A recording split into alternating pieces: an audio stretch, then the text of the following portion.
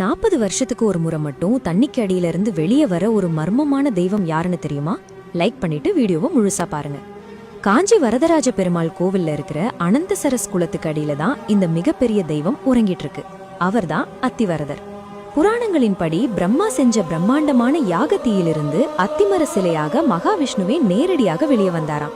யாகத்தோட கடுமையான வெப்பத்தை தணிக்கவும் பல 100 வருஷங்களுக்கு முன்னாடி நடந்த அந்நிய படையெடுப்புகள்ல இருந்து இந்த புனிதமான சிலையை காப்பாத்தவும் நம்ம முன்னோர்கள் அத்திவரதரை ஒரு வெள்ளி பெட்டியில பாதுகாப்பா வச்சு யாருக்கும் தெரியாம அந்த குளத்துக்கு அடியில ரகசியமா மறைச்சு வச்சுட்டாங்க.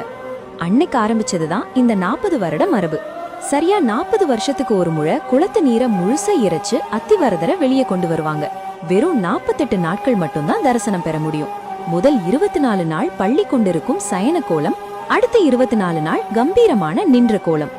48 நாட்கள் முடிஞ்சதும் மீண்டும் அவர் நீருக்குள்ளேயே சென்று விடுவார். கடைசியா 2019ல இந்த அற்புதம் நடந்துச்சு.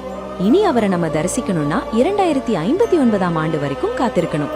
ஒரு தலைமுறையே காத்து கிடக்கும் இந்த அத்திவரதரை 2019ல நீங்க தரிசனம் செஞ்சிருக்கீங்களா? கமெண்ட்ல சொல்லுங்க.